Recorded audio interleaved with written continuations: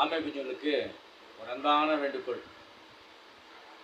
ஆமை இன்னைக்கு நிறைய பேசியிருக்கு, உளறிருக்கு,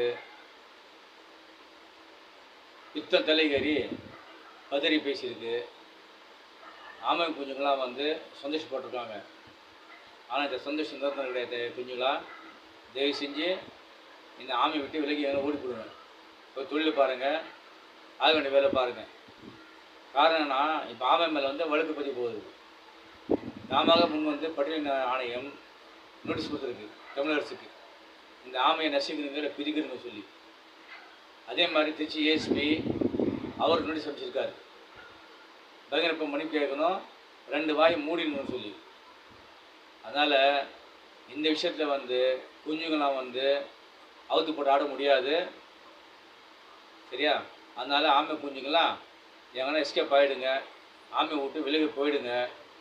இனிமேல் ஆமை கதை அவ்வளோதான்.